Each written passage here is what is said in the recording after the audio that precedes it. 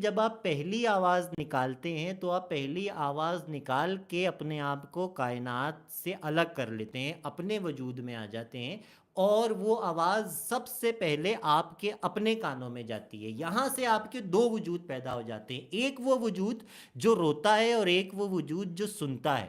سننے والا جو کنسیو کرنے والا ہے، ایک آپ کا وہ وجود ہوتا ہے، ایک آپ کا وہ وجود ہوتا ہے جو اس آواز کو نکال رہا ہوتا ہے۔ ان دو وجود کے درمیان جو لکیر کھینچی جاتی ہے وہ آواز سے کھینچی جاتی ہے، جو آپ کی سب سے پہلی آواز ہوتی ہے، جس نے آپ کے دو ٹکڑے کیے ہوتے ہیں۔ شاعری ہم ہمیشہ اپنی اسی دوسری آواز میں کرتے ہیں، اس دوسری آواز کے اندر آپ کو کچھ نہ کچھ شامل کرنا ہوتا ہے۔ عام مشاہدہ یہ ہے، ہم اکثر کہتے ہیں نا کہ کل بھی ہم کہہ رہے تھے کہ شعر میں صداقت ہونی چاہیے، شاعر کا اپنے شعر سے جڑا ہونا بہت ضروری ہے۔ اگر کوئی کروڑ پتی انسان غربت پہ شعر کہتا ہے تو ہمیں اچھا معلوم نہیں ہوتا۔ اگر کوئی غریب آدمی کوئی بہت کیا کہتے ہیں شیکسپیئر جیسے وکٹورین اسٹیج کی بات کرتا ہے، اندر کے حالات بتاتا ہے، تو ہم اسے شک کی نگاہوں سے دیکھتے ہیں۔ آصف، سوال یہ ہے کہ آپ نے شاعری کیوں شروع کی؟ کیا بطرز عشق کوئی مسئلہ رکھتے ہیں آپ؟ چلیے مانا ہو گئے شاعر، بھلا کیوں ہو گئے؟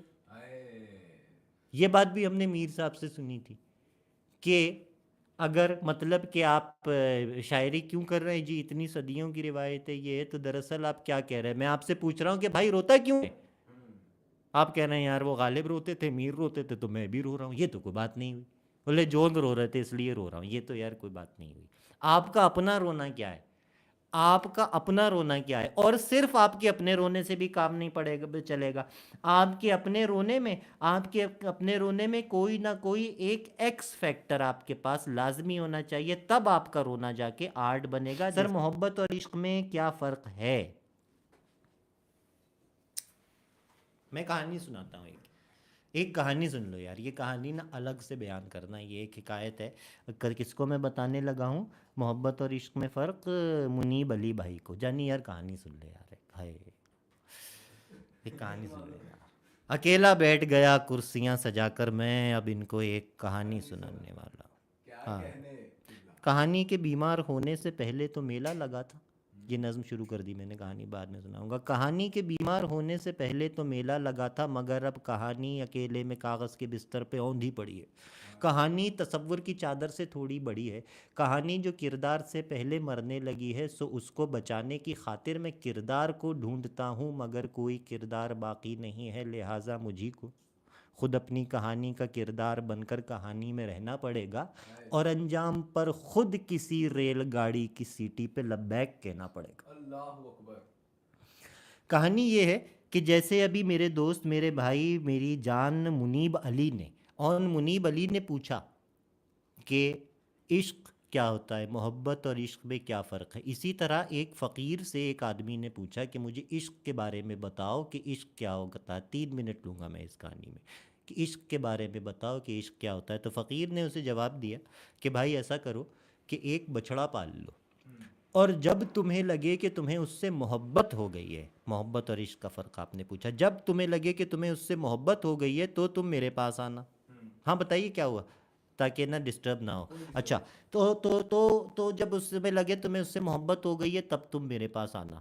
وہ آدمی ایک بچڑا پالتا ہے، 1.5 سال بعد واپس آتا ہے فقیر کے پاس، کہتا ہے کہ اب مجھے اس بچڑے سے بہت محبت ہو گئی ہے، میں کھانا اس کے ساتھ کھاتا ہوں، میں سوتا اس کے ساتھ ہوں، میں نا اس سے بہت محبت کرتا ہوں، اب مجھے اگلی منزل سمجھاؤ کہ محبت کی اگلی منزل عشق ہے، تو عشق کیا ہوتا ہے؟ تو فقیر نے کہا یار ابھی تیری محبت مکمل نہیں ہوئی ہے، تو اتنی دیر کے لیے بھی اس بچڑے کو چھوڑ کے کیسے آیا میرے پاس؟ اس وقت بچڑا ابھی جا واپس، پھر چلا جاتا ہے، پھر 1.5 سال بعد مزید واپس آتا ہے وہ، اب 3 سال ہو چکے ہوتے ہیں، 3 سال میں بچڑا بیل بن چکا ہوتا ہے، 2 دانت کا بیل بن جاتا ہے۔ کہتا ہے کہ اب مجھے اپنے بیل سے بہت محبت ہو گئی ہے، ایک لمحے کو اس کی جدائی میں برداشت نہیں کر سکتا، دیکھو اس کو ساتھ لے کے آیا ہوں، بیل اس کے ساتھ ہوتا ہے۔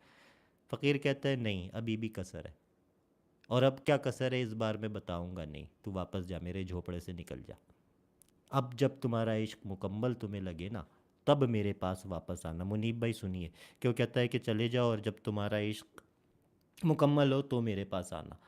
پھر 10 سال بعد فقیر دیکھتا ہے کہ وہی آدمی اس کی جھوپڑی کے باہر کھڑا ہے، وہ آدمی اس کی جھوپڑی کے باہر کھڑا ہوتا ہے، فقیر دیکھ کے اسے مسکراتا ہے، سمجھتا ہے کہ اب اسے عشق کے معنی پورے لگ گئے، اس آدمی کو بلاتا ہے، کہتا ہے اندر آ۔ آدمی کہتا ہے معذرت نہیں آ سکتا، سینگ گڑ دینے، میرے سینگ پھنس، اے اللہ، وہ بچڑا بن جاتا ہے، کہتا ہے تیری جھوپڑی چھوٹی ہے، فقیر کو کہتا ہے تیری جھوپڑی چھوٹی ہے، تیرا علم چھوٹا رہ گیا ہے، تیرا فقر چھوٹا رہ گیا ہے، اب میں سراپا عشق ہوں۔ تو یہ محبت اور عشق میں فرق ہے۔ من تو شدم تو من شدی، من دل شدم تو جاں شدی، تاکس نہ گوید باد ازیں، من دی گرم تو دی گری۔ تو یہ عشق ہے جب آپ اور عاشق میں، آپ میں اور عاشق میں کوئی فرق نہیں رہتا، جب آپ ایک ہو جاتے ہیں۔ یہی فلسفہ وحدت کا بھی ہے کہ آپ ایک ہو جاتے ہیں۔ اس کی اگلی منزل عبادت ہے۔ محبت کی اگلی منزل تو عشق ہے، اور عشق کی اگلی منزل عبادت ہے۔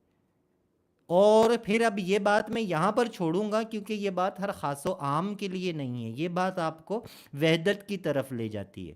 تو بھائی جب آپ کے سینگ پھنسنے لگے نا، تو آپ سمجھ لیجئے کہ آپ عشق میں مبتلا ہیں، جب محبوب اور عاشق میں کوئی فرق نہ رہ جائے۔ تو بھائی دا لائن از کہ سینگ پھنستے نہیں آ سکتا، تیری جھوپڑی چھوٹی ہے بھائی۔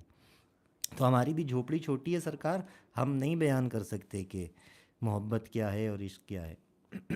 تو عشق کی بات کر رہے تھے بھائی، اب تو کر لیجئے سماعت آپ قصہ عشق کا، کیسا نازک شعر ہے میر صاحب کے۔ اب تو کر لیجئے سماعت آپ قصہ عشق کا، آہ تک لے آئے ہیں ہم مختصر کرتے ہوئے، آہ تک لے آئے ہیں قصہ مختصر، آہ تک لے آئے ہیں ہم۔ اب مطلب آہ بھی نہیں سنو گے یار، تم آہ بھی نہیں سنو گے۔ میر دریا ہے سنے شعر زبانی اس کی، اللہ اللہ رے طبیعت میں روانی اس کی۔ غزل کی دو تعریفیں ہیں، ایک تعریف غزل کی یہ ہے کہ عورت سے گفتگو کرنے کو غزل کہتے ہیں، دوسری تعریف یہ لفظ غزل ہے غزال سے، گزیل، گزیل جو ہوتا ہے وہ ہرن ہوتا ہے، اور ہرن دشت کے اندر، صحرا کے اندر بہت تنہائی میں جب اپنی تنہائی سے تنگ آ کر جو چیخ مارتا ہے نا، اس کو غزل کہتے ہیں۔ تو شاعر تنہائی میں جو چیخ مارتا ہے نا اپنی تنہائی میں، وہ غزل آپ کو پیش کرتا ہوں کہ بہت سے تیش میں آئے کئی اداس آئے، بہت سے تیش میں آئے کئی اداس آئے، کسوں نے منہ نہ لگایا تو میرے پاس آئے، کسوں نے منہ نہ لگایا تو میرے پاس آئے، ہما ہما کو خبر کر گسوں کو خوش خبری، ہما ہما کو خبر کر گسوں کو خوش خبری، ذرا ذرا جو میری ہڈیوں پہ ماس آئے، مجھے سنبھال کے بے حد خیال سے رکھنا، اگر یہ گوہر یک دانہ تم کو راس آئے۔ اللہ اکبر۔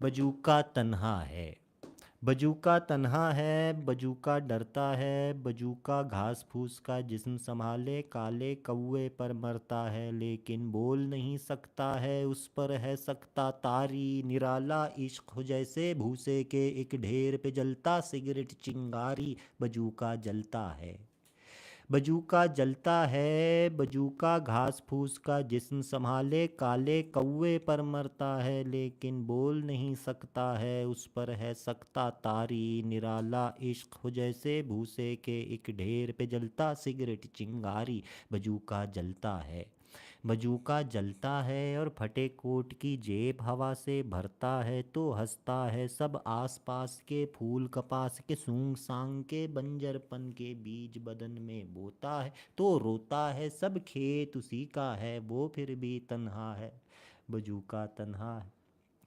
بجوکا تنہا ہے، پر ہوا چلے تو جھوم جھوم کے گھوم گھوم کے، نیند میں کوئی رقص کہیں فرماتا ہے، اور جھانک نہیں سکتا اور بھاگ نہیں سکتا، بجوکا دنگ کھڑا ایک جنگ لڑا کرتا ہے، جس سے بھاگ نہیں سکتا، بجوکا لنگڑا ہے، بجوکا لنگڑا ہے اور اندھا ہے اور بھوکا ہے، پر گیت اسی کے گاتا ہے جو اس کی آنکھیں نوچ نوچ کے کھاتا ہے، چلاتا ہے پر تھوڑی بھی آواز نہیں کرتا، بجوکا گونگا ہے، بجوکے آگ لگا اس کھیت کو جس پر بس کوے پلتے ہوں، یوں ہی کائیں کائیں کرتے ہوں، تجھ سے جھوٹ موٹ ڈرتے ہوں، تو کیوں ڈرتا ہے، بجوکا تنہا ہے۔